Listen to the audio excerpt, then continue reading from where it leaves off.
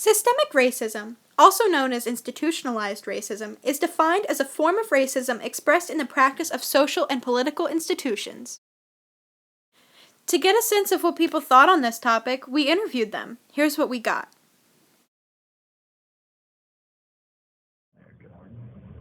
Yes, I do. Yes. I do not believe that systemic racism exists today. We recently took a Twitter poll to see what people thought about the wealth gap, and this is what they said. Compared with a much smaller 8% gap in 2010, the wealth of white households in America today is 13 times that of black households. This is the highest point since 1989, when whites had 17 times the wealth of black households.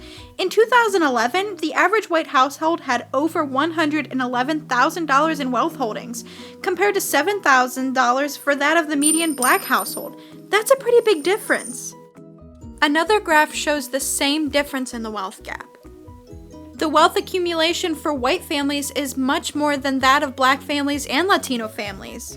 So what can this wealth gap be attributed to? What could be causing such a wealth gap between races in this country? The causes of this wealth gap can be due partly to the systemic racism that exists in the education and employment sectors, so let's take a look at employment. We took another Twitter poll to see if people thought there was racial discrimination in the workforce, and again, the results were a resounding yes. It should be noted that it is illegal to discriminate against an applicant or employee based on their race, but employers seem to do that anyway.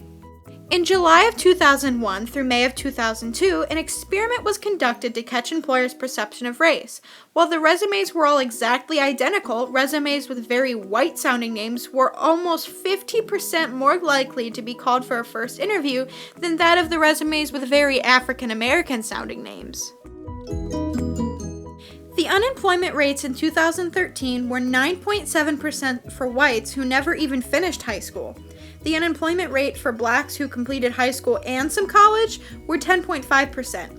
Even though this difference is small, these numbers say a lot. They say that if you're white, and even if you haven't completed high school, you are still more likely to get a job than an African American person who has completed high school and some college.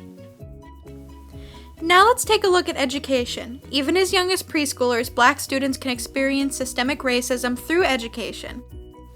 A government study shows that only 18% of preschoolers are black, but make up 46% of students who receive suspension multiple times, compared with white students that represent 43% of preschoolers, but only receive 26% of suspension multiple times. We even asked people if they thought that they saw racism in their school, and this is what they said.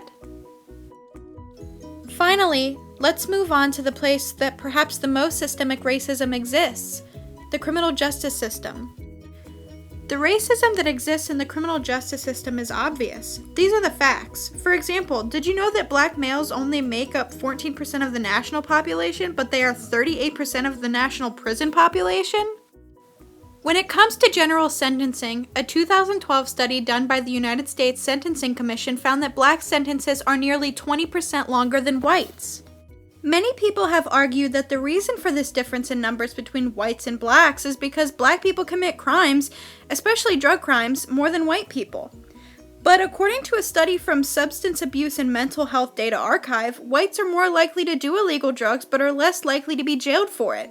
These graphs are outstanding. We can see that, although blacks and whites use drugs at about the same rate, African Americans are arrested at a much, much higher rate than whites are.